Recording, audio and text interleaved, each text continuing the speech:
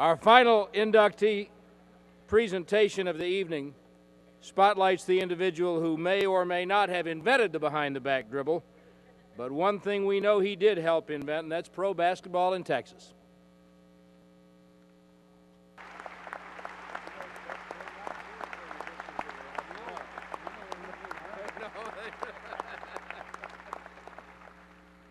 Thank you very much. It's hard for me to believe that I'm up here.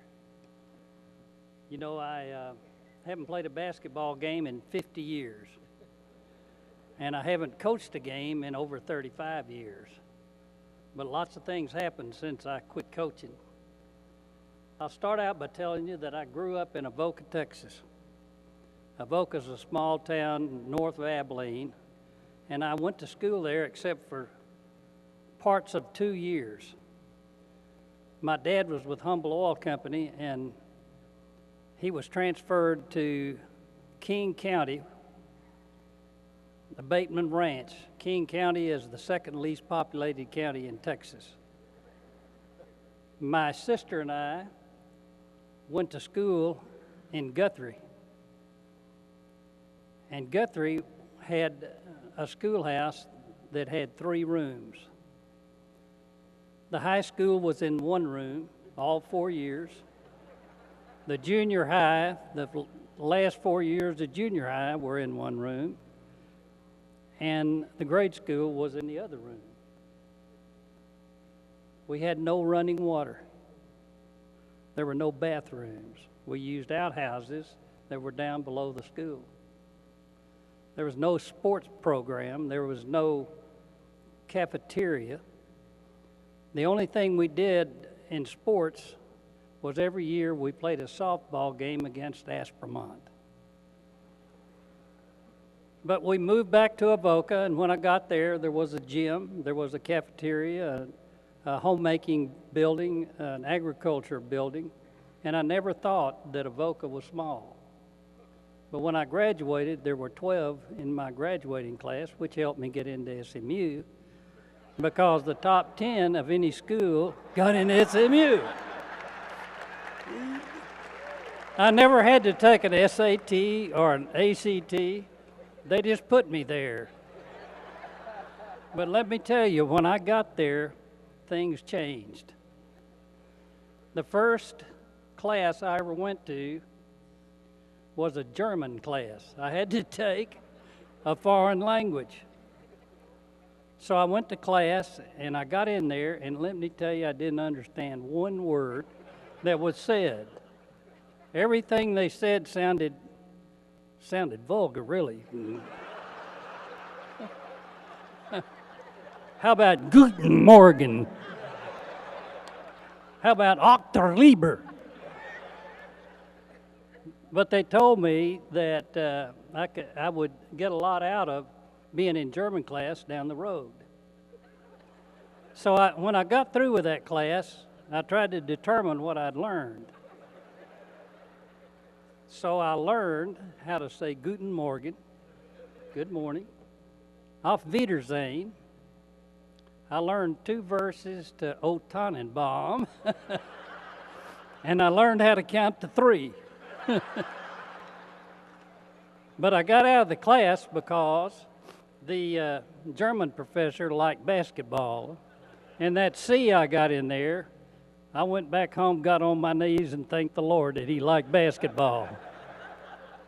I went all the way through school with Don Meredith. We started there at the same time. He introduced me one time at a function. He said Max came from a small school that had 4 in his class, 3 boys and a girl. But Max was a stud, so he got to go with the girl. But the girl was so skinny, she looked like she could tread water in a test tube. He said that the mother made all the clothes that this girl wore. She made her dresses out of flour sacks. So everywhere she went, she smelled like dumplings.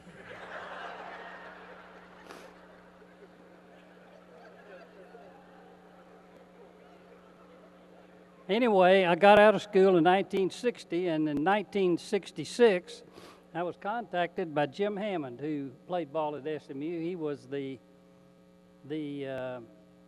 basketball representative for the All Sports Association, and he had met with some guys that were going to start a new league, the American Basketball Association. He asked me if I'd be interested in checking it out, and I said I would.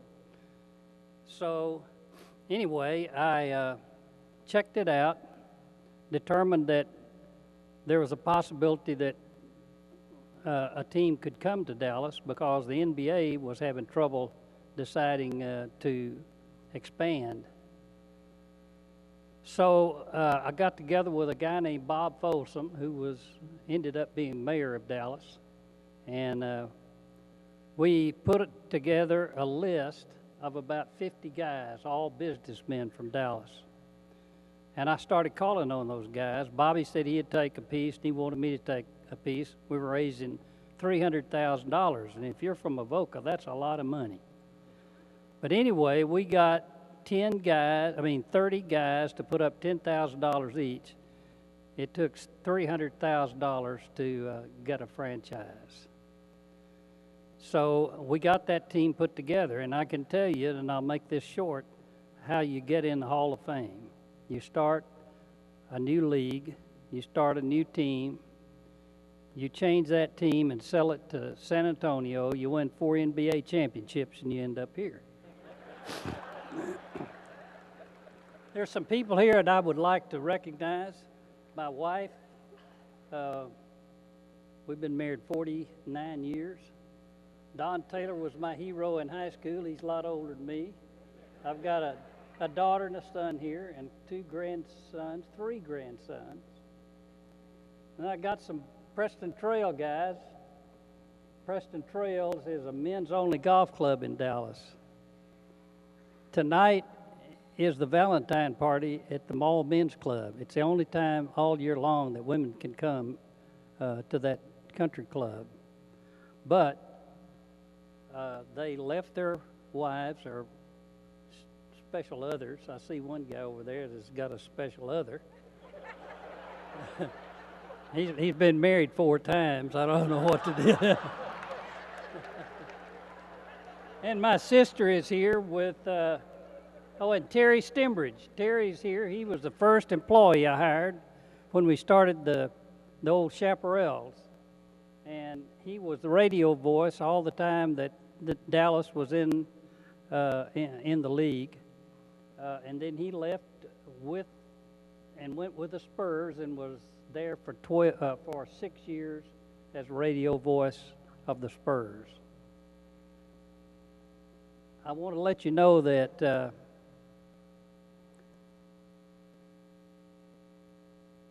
that being here is such an honor.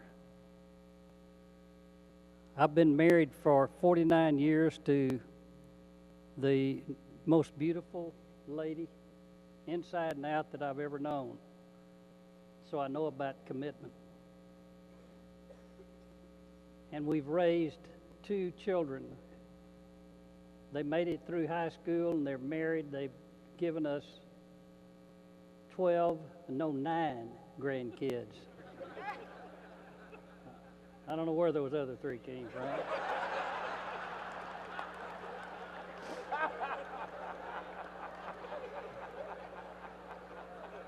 So anyway, I know about satisfaction,